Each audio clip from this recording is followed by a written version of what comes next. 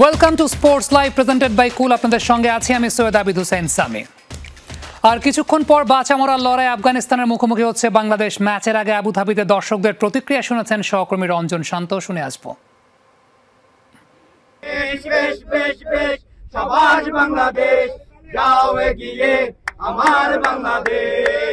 রাগ, ক্ষোভ, দুঃখ, কষ্ট যাই থাকুক না কেন, শ্রীলঙ্কার বিপক্ষে যেভাবেই হারুক না কেন, আবারও আফগানিস্তানের বিপক্ষে জয়ের স্বপ্ন নিতে বাংলাদেশের সমর্থকরা তারা এসছে আবুধাবির জায়েদ ক্রিকেট স্টেডিয়ামে। ইনশাআল্লাহ আমরা দৃঢ় বিশ্বাস বাংলাদেশ টিমের প্রতি, অনেক ভালো কিছু করবে এবং ভালো একটা জয় উপহার দিবে আফগানিস্তানের সাথে আমাদের। আমরাও চাচ্ছি যে সাইফুদ্দিন আসুক, যেহেতু সাইফুদ্দিন অলরাউন্ডার, দুই সাইড দিয়ে ও বোলিং প্লাস ব্যাটিং এ ভালো করতে পারে। তো মূল কনসার্নের জায়গা সেটা হচ্ছে মারকুটে ব্যাটিং, অ্যাগ্রেসিভ যে মেন্টালিটি, সেটা বাংলাদেশের টি-20 ক্রিকেটে দেখা যায় না এবং সেই জায়গায় সেই ধরনে খেলার ধরনে পরিবর্তন করতে হবে। বাংলাদেশের মানে এদের মেন্টাল দেমাক বিলকুল নেই। আমি মনে করি এটা পার্সোনাল ভাবে 200-300 কিলোমিটার দূর থেকে গাড়ি চালিয়ে আজকে বাংলাদেশের খেলা দেখার জন্য আসছি। ইনশাল্লাহ আমাদের বাংলাদেশ আমাদের হতাশ করবে না।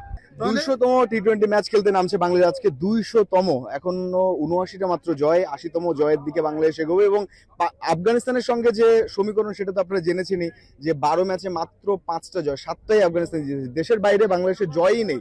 আফগানিস্তান এত শক্তিশালী হয়ে গেল অনেক দেরিতে ক্রিকেট শুরু করে। বাংলাদেশ গত 19 বছর ধরেই তো টি-20 খেলছে, আজকে 200তম ম্যাচ খেলবে।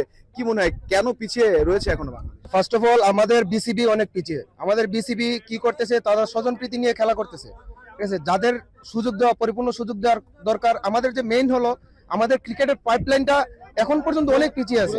প্রিয় টিম, আজ তোমরা মনোযোগ দিয়ে খেলো। একটা চিঠি এক দর্শক লিখে নিয়ে এসেছেন, আসলে অন্যরকম এক বার্তা।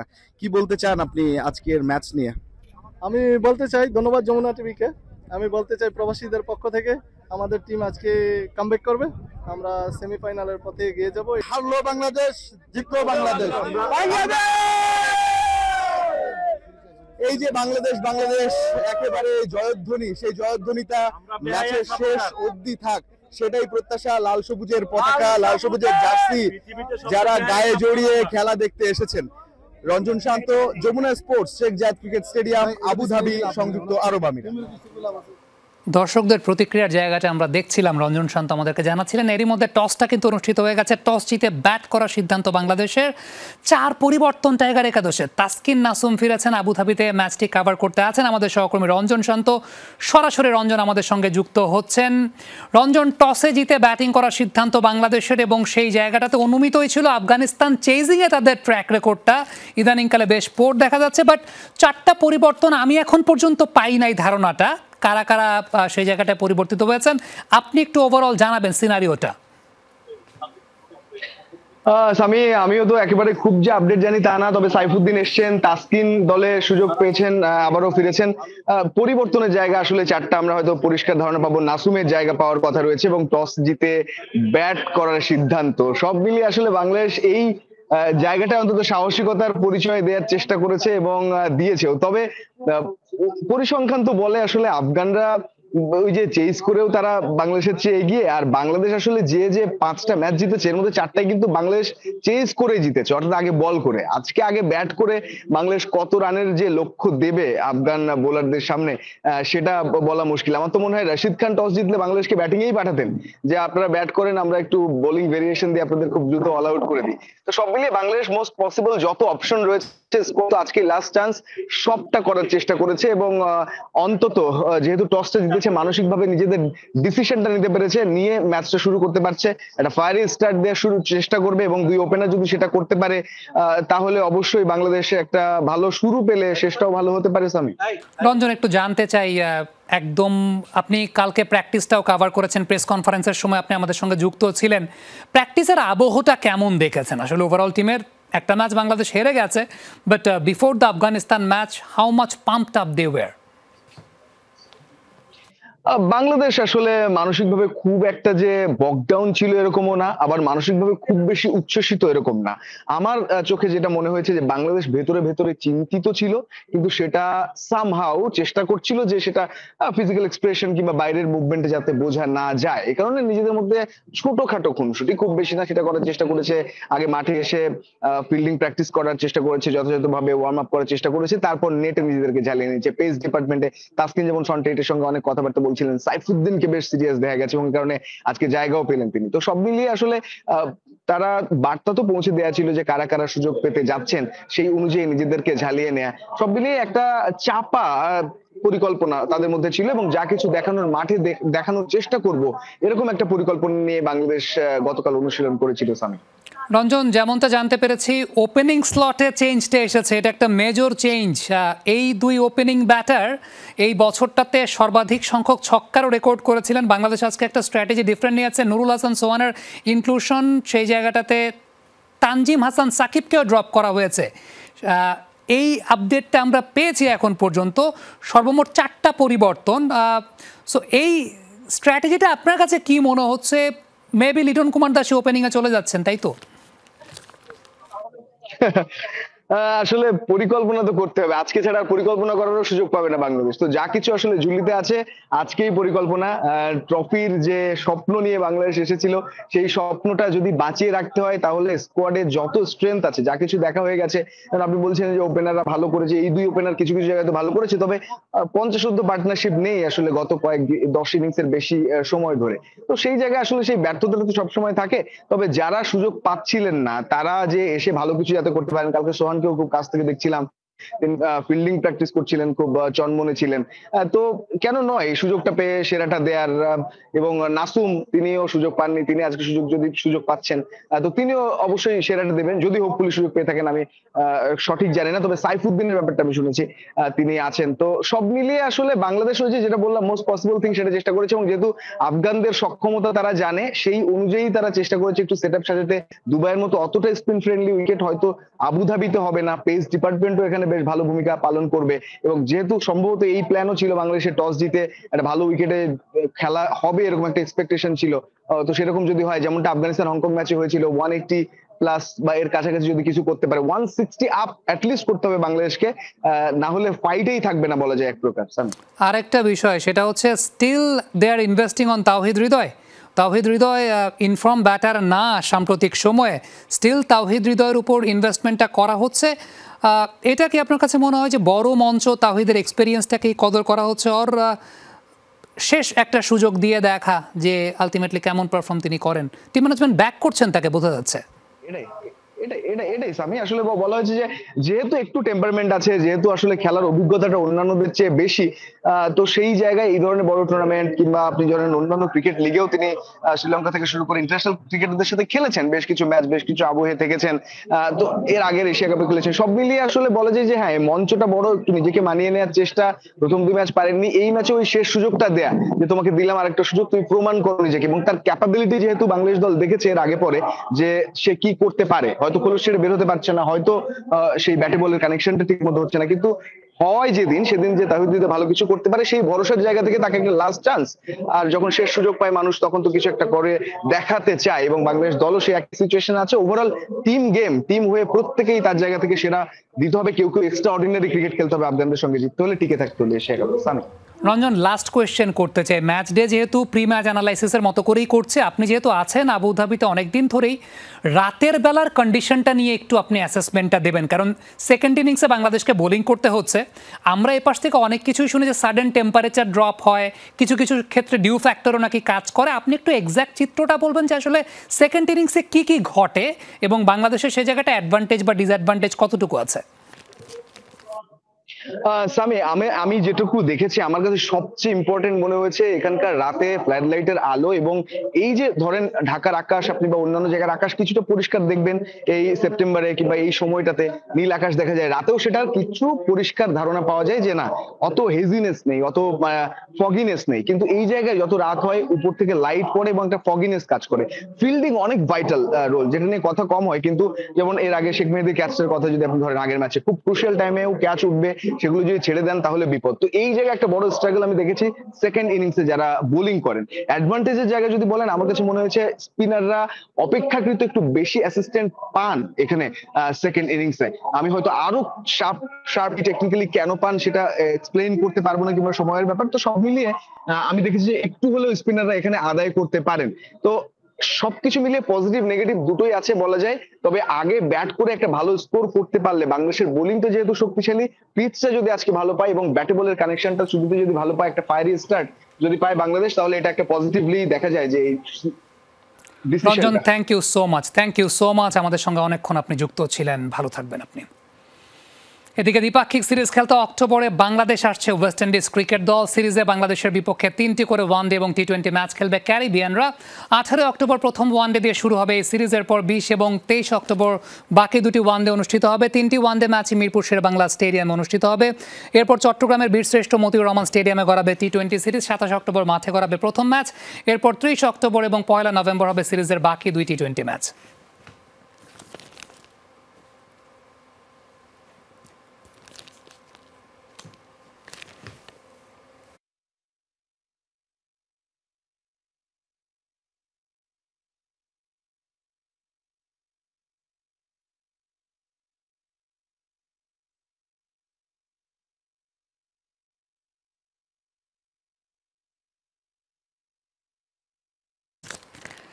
এদিকে অনির্দিষ্টকালের জন্য স্থগিত করা হয়েছে এনসিএল টি-20-র দ্বিতীয় আসর। মূলত বৈরী আবহাওয়ার কারণে এই সিদ্ধান্ত নিতে বাধ্য হয়েছে বিসিবির টুর্নামেন্ট কমিটি। 14 সেপ্টেম্বর থেকে রাজশাহী এবং বগুড়ায় শুরু হয়েছে এনসিএল টি-20-র এবারের আসর। যদিও 3 দিনে মাত্র একটা ম্যাচ মাঠে গড়িয়েছে রাজশাহী বিভাগ এবং ঢাকা মেট্রোর সেই ম্যাচটা হয়েছে মাত্র 5 ওভার। আমরা ঢাকা মেট্রোকে জয়লাভ করতে দেখেছি। বাকি প্রত্যেকটা ম্যাচই এখন পর্যন্ত বৃষ্টিতে পরিত্যক্ত হয়েছে। বগুড়ার সব ম্যাচ রাজশাহীতে সরিয়ে একটা দিন ব্রেক দেওয়া হয়েছে। তবে তারপরও বাংলাদেশ ক্রিকেট বোর্ড সুবিধা করতে পারেনি, অগত্যা স্থগিতই করতে হয়েছে টুর্নামেন্ট। এবং এক্ষেত্রে যে বিষয়টা বলা হয়েছে যে আলটিমেটলি আবহাওয়া যতক্ষণ পর্যন্ত ঠিকঠাক না হবে, আবহাওয়া অনুকূলে না আসবে, এই টুর্নামেন্ট আপাতত স্থগিত ঘোষণা করা হয়েছে। দেশের ক্রিকেটের অন্যতম একটা টুর্নামেন্ট এনসিএল টি-20, বাট এবারে বৃষ্টির কারণে শেষ পর্যন্ত আসলে এখন পর্যন্ত মাত্র একটা ম্যাচ মাঠে গড়িয়েছে। বিপিএলও যে নিদর্শন নেই সে দৃষ্টান্ত এনসিএল টি-20-তে স্থাপন করলো রাজশাহী বিভাগ। ক্রিকেটারদের উদ্বুদ্ধ করতে দলটা দিচ্ছে ইম্প্যাক্ট প্লেয়ার এবং বেস্ট ফিল্ডার অ্যাওয়ার্ড। এমনকি দলের মধ্যে শৃঙ্খলা রক্ষা করতে নিয়মিত রাখা হচ্ছে জরিমানার বিধানও। টিম ইন্ডিয়া বেশ কয়েক বছর ধরেই ম্যাচের সেরা ফিল্ডারকে পুরস্কৃত করে। শন ম্যাকডারমট বাংলাদেশ দলে করতেন, এ দলে করেছিলেন ফিল্ডিং কোচ আশিক। এবার এনসিএলে সেই উদাহরণ সৃষ্টি করল রাজশাহী বিভাগ। শুধু প্রথম ম্যাচের সেরা ফিল্ডার হিসেবে নাজমুল হোসেন শান্তকে বেছে নেওয়াই না, ভিন্ন কিছুর প্রত্যয় থেকে প্রতি ম্যাচে ইম্প্যাক্ট প্লেয়ার অ্যাওয়ার্ডও দেবে উত্তরবঙ্গের এই বিভাগের টিম ম্যানেজমেন্ট, যে নিদর্শন নেই বিপিএলেও। পুরস্কার একটা যে ওই যে গোল সেট আপটা করছে যে এই ম্যাচে আমি সেরা ফিল্ডার হব, তাহলে কি যে আমরা 11টা ফিল্ডারই যখন মাঠে থাকবো তাদের এফোর্টনেসটা কিন্তু আলাদা থাকবে। ফিল্ডার হিসেবে সবাই অ্যাবিলিটি একরকম না, বাট একটা জিনিস কি যে সবাই ওই ট্রাইটা করে আর কি। কারণ আমরা মনে করছি সবসময় একসঙ্গে থাকবো। আমাদের এই যে একটা ভালো প্লেয়ার হলে, ভালো ফিল্ডিং করলে, সেটা ম্যাচের হার জিত যাই হোক, আমরা যখন রেখেছি তখন 1 নম্বর 2 নম্বরে ছিলাম, এখন আমরা কেন 6 নম্বর। তো এই ছোট ছোট জিনিসগুলো আমার কাছে মনে হচ্ছে যে ফাইন্ড আউট করা এবং আমাদের রাজশাহী ডিভিশনকে কিভাবে উপরের দিকে নিয়ে যাওয়া, এই প্ল্যানটাই আমাদের। সাধারণত এই ধরনের টুর্নামেন্টে হোম টিমের শৃঙ্খলা রক্ষা করা কঠিন হয়, সেজন্য শৃঙ্খলা রক্ষায় জরিমানারও ব্যবস্থা করেছে রাজশাহী টিম ম্যানেজমেন্ট। এখানে আমাদের ফাইনের সিস্টেম আছে যে আপনি if you miss something then you are got, মানে আপনার টাকা কাটা যাবে। তাইজুল তো আজকে বাস মিস করছে, তার কত ফাইন হইলো? তাইজুলকে বোধহয় 1000 টাকা ফাইন করা হয়েছে। আপনাকে আজকে নাকি 1000 টাকা ফাইনও করছে? হ্যাঁ, আজকে আমাকে একটা ফাইন দিয়েছে, বিকজ আমিও একটু লেট করে ফেলছি, এই জন্য আর কি। লাইফে যে যত ডিসিপ্লিন থাকবে আসলে তার লাইফটা তত সুন্দর হবে।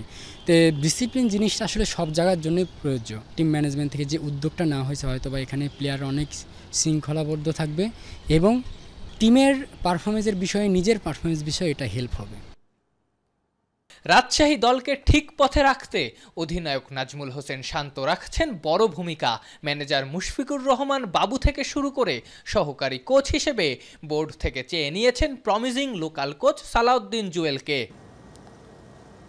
আফনান পিয়াল, যমুনা স্পোর্টস, রাজশাহী। আর্থিক সংকটে থমকে আছে খুশবুর গ্র্যান্ডমাস্টার হওয়ার স্বপ্ন। বয়স মাত্র 13। এই বয়সেই বাংলাদেশের সেরা রেটিং প্রাপ্ত দাবারু এই বিস্ময় বালিকা পেয়েছেন সর্বকনিষ্ঠ ফিদে মাস্টার হওয়ার খেতাব। অর্থাভাবে সেই খুশবুর বিদেশে খেলতে যাওয়াও বন্ধ আছে। ক্লাস 8-এ পড়া দেশের অন্যতম সেরা দাবারুর আকুতি, খেলাটা তিনি চালিয়ে যেতে চান।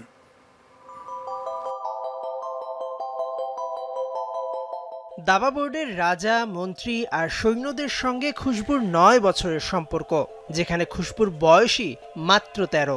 6 বছর বয়সেই এই বিস্ময় বালিকা জীবনের প্রথম পুরস্কার পান। ঘড়ির কাঁটায় টিকটক টিকটক। ক্লাস 8-এ পড়া খুশবু এই মুহূর্তে বাংলাদেশের সবচেয়ে সেরা নারী দাবারু। মাস দুয়েক আগে পান দেশের সর্বকনিষ্ঠ নারী ফিদে মাস্টার হবার খেতাব। 7 গোল্ড 5 সিলভার 2টা ব্রোঞ্জ পেয়েছে। আমার প্রতিটা ক্লাসের জন্য পার আওয়ার 40 ইউরোস করে লাগছে। যদি আমি বাইরের গ্র্যান্ড মাস্টার কোচ যদি ট্রেনিং নিতে চাই। রানী হামিদের পর যেসব মেয়েরা বর্তমানে দাবা খেলছেন তাদের মধ্যে সবচেয়ে আন্তর্জাতিক পদক খুশবুর। কিন্তু মেধাবী এই দাবারুর ভবিষ্যৎ এখন হুমকির মুখে। টাকার অভাবে আটকে যাচ্ছে বাংলাদেশের প্রথম নারী গ্র্যান্ডমাস্টার হবার স্বপ্ন। ভালো মানের ট্রেনিং বন্ধ, আবার কবে বিদেশে খেলতে যাবেন জানা নেই খুশবুর। এখন আমি যে টপ লেভেলে আমি 21 যদি এসেছি, এখন আমার ওটা ধরে রাখার জন্য আমার এখন অনেক ট্রেনিং দরকার, ইন্টারন্যাশনাল ট্রেনিং দরকার একটা জিএম এর কাছ থেকে। প্লাস আমার বাইরেও খেলার দরকার আছে যদি আমি নর্ম পেতে চাই। এখন নর্মের জন্য তো আমি বাইরে খেলার জন্য অনেক টাকা অথবা ইউরোপ কান্ট্রিজে খেলতে হবে, কিন্তু এখন আমার ফাইন্যান্সিয়াল সাপোর্টটা পাচ্ছি না ফেডারেশন থেকে অথবা বাইরের থেকে। খুশবুর গ্র্যান্ডমাস্টার হবার পথ সহজ করতে দরকার 10 লাখ টাকা। বেশি বেশি বিদেশে টুর্নামেন্ট খেললেই যেটা সম্ভব। আগামী মাসে মালয়েশিয়ায় অনুষ্ঠিত হতে যাওয়া কমনওয়েলথ দাবায় খুশবু যেতে পারবেন কিনা জানেন না তার বাবা। ও যখন বাইরে যায়, আমাদের যেহেতু ছোট মানুষ আমার বাইরে নিয়ে যেতে হয়, ও বিছনায় ঘুমাইলেও বাবা মাটিতে ঘুমাবে বা অন্য জায়গায় গিয়ে ঘুমাচ্ছি, সেই কষ্ট আমাদের গায়ে লাগে না। আমাদের গায়ে লাগে তখন আমার মেয়ে যখন কেঁদে উঠে খেলতে যেতে পারে না, তখন আমি বাবা হিসাবে কষ্ট পাই। এবং বাংলাদেশের যে কোনো কর্পোরেট কোম্পানি একটা সিএসআর থেকে ওকে 10-15 লাখ টাকা, ওর এক বছরের খরচ কত, আর 15 লাখ টাকাই যাবে ট্রেনিং আর সব কিছু মিলিয়ে। সেই 15 লাখ টাকা একটা কোম্পানির জন্য কিছুই না। বাংলাদেশকে ও সম্মানের দেবে, এটা আমি বিশ্বাস করি। আমি ওর খেলার জন্য বিভীষণা চাকরিও ছেড়েছি, কিন্তু আমার পক্ষে সম্ভব না এখন আর করা, কারণ আমার 2টা মেয়েকে পালতে হয়। আর এখন বাংলাদেশের চাকরির অবস্থা জানেন খুব খারাপ। সো আমার পক্ষে আর ওকে সাধারণ ট্রেনিং দেওয়াই অ্যাফোর্ডেবল না। একটা ট্রেনিংয়ে 40 ইউরো যায়, আমি পারছি না। 2008 সালের পর কেটে গেছে 17টি বছর। এর মাঝে বাংলাদেশ পায়নি আর কোনো দাবায় গ্র্যান্ডমাস্টার। পৃষ্ঠপোষক প্রতিষ্ঠানগুলো এগিয়ে না আসলে যে অপেক্ষা আরও দীর্ঘতর হবে। আমি যদি এমন ভালো স্পন্সরশিপ প্লাস কোচিং যদি পাই, তাহলে আমার বিশ্বাস যে আমি আবার বাংলাদেশের পতাকা নিয়ে আমি গোল্ড জয় করে আসতে পারবো। মেহেদি নাইম, যমুনা স্পোর্টস, ঢাকা। আজ থেকে শুরু হচ্ছে চ্যাম্পিয়ন্স লিগের নতুন মৌসুম। রাত 11:15টায় স্প্যানিশ ক্লাব অ্যাথলেটিক বিলবাওয়ের আতিথ্য নেবে আর্সেনাল। রাত 1টায় রিয়াল মাদ্রিদ আতিথ্য দেবে ফ্রান্সের ক্লাব মার্শেইকে। একই সময় মুখোমুখি হবে টটেনহাম, ভিয়ারিয়াল এবং ইউভেন্টাস, বরুসিয়া ডর্টমুন্ড। চ্যাম্পিয়ন্স লিগের সবচেয়ে সফল ক্লাব রিয়াল মাদ্রিদ গত মৌসুমটা প্রত্যাশিত কাটেনি তাদের। নতুন কোচ জাভি আলোনসোর অধীনে আবারও সমমহিমায় ফিরতে শুরু করেছে লস ব্লাঙ্কোসরা। ঘরের মাঠ সান্টিয়াগো বার্নাবুতে এবারের চ্যাম্পিয়ন্স লিগের নতুন মৌসুমে নিজেদের প্রথম ম্যাচে ফ্রান্সের ক্লাব অলিম্পিক মার্শেইকে আতিথ্য দেবে রিয়াল। প্রতিযোগিতামূলক ম্যাচে মার্শেইয়ের বিপক্ষে 100% জয়ের রেকর্ড আছে রিয়ালের। বার্নাবুতে জয় তুলে সেই রেকর্ডটা অব্যাহত রাখতে চায় জাভির দল। এই ম্যাচের আগে রিয়াল মাদ্রিদে স্বস্তির খবর এসেছে। শোল্ডার ইনজুরির পর প্রথমবার স্কোয়াডে ফিরেছেন জুড বেলিংহাম। ইনজুরি মুক্ত হয়ে ফিরেছেন মিডফিল্ডার কামাভিঙ্গাও। তবে চোটের কারণে প্রায় 3 মাস মাঠের বাইরে থাকবেন ডিফেন্ডার অ্যান্টোনিও রুডিগার। রাতে ইতালিয়ান জায়ান্ট ইউভেন্টাস নিজেদের প্রথম ম্যাচেই দেবে কঠিন পরীক্ষা। গত মৌসুমের চ্যাম্পিয়ন্স লিগের ক্যাম্পেইনটা খুবই খারাপ গেছে তুরিনের ক্লাবটির। তবে নতুন মৌসুমে নতুন কোচ আইগোর টুডোর দায়িত্ব নেবার পর আবারও সেরা ছন্দের আভাস দিচ্ছে জুভে। লিগে টানা তৃতীয় জয় পেয়েছে তুরুনের ক্লাবটি। Dusan Vlahovic, Jonathan Davis, Marcus Thuram আর তুরস্কের হালের সেন্সেশন কেনান ইলদিচ ইউভেন্টাসের মূল শক্তি। অন্যদিকে নিকো কোভাচের বরুসিয়া ডর্টমুন্ডও জয়ের জন্য খেলবে। জার্মান লিগে ভালো ছন্দে আছে Borussia. Striker Serhou Guirassy German ক্লাবটির প্রধান অস্ত্র। রাত 1টায় English club Tottenham Hotspur Champions League অভিযান শুরু করছে। টটেনহাম ঘরের মাঠে আতিথ্য দেবে স্প্যানিশ ক্লাব ভিয়ারিয়ালকে। থমাস ফ্র্যাঙ্ক দায়িত্ব নেবার পর খুব ভালো ছন্দে আছে লন্ডনের ক্লাবটি। ফর্ম, দলীয় শক্তি সবকিছুর বিচারে এই ম্যাচে ফেভারিট টটেনহাম। ইনফর্ম রিচার্লিসনের সাথে দুই নতুন সাইনিং জাভি সিমন্স আর রদাল কালুমুয়ানি অনেকটা শক্তি বাড়িয়েছে দলটির। হাসিনুর রহমান, যমুনা স্পোর্টস। নতুন জার্সি স্পন্সর পেয়েছে ইন্ডিয়ান ক্রিকেট টিম। ম্যাচ প্রতি 4,50,00,000 রুপির বিনিময়ে অ্যাপোলো টায়ার্সের সঙ্গে চুক্তি করেছে বিসিসিআই। চুক্তি অনুযায়ী 2.5 বছরে বিসিসিআইকে 579 কোটি রুপি প্রদান করবে টায়ার নির্মাতা প্রতিষ্ঠান। এর আগে ইন্ডিয়ান দলের লিড স্পন্সর ছিল অনলাইন জুয়ার অ্যাপ Dream11। চুক্তি অনুযায়ী ম্যাচ প্রতি 4 কোটি রুপি বিসিসিআইকে দিত এই অনলাইন জুয়ার অ্যাপ। তবে দেশটির সরকার সম্প্রতি অনলাইন জুয়া নিষিদ্ধ করে। এর ফলে বাতিল হয়ে যায় Dream11-এর সঙ্গে বিসিসিআইয়ের চুক্তি। এই ছিল আজকের স্পোর্টস লাইভ। এতক্ষণ আমাদের সঙ্গে থাকার জন্য সবাইকে ধন্যবাদ।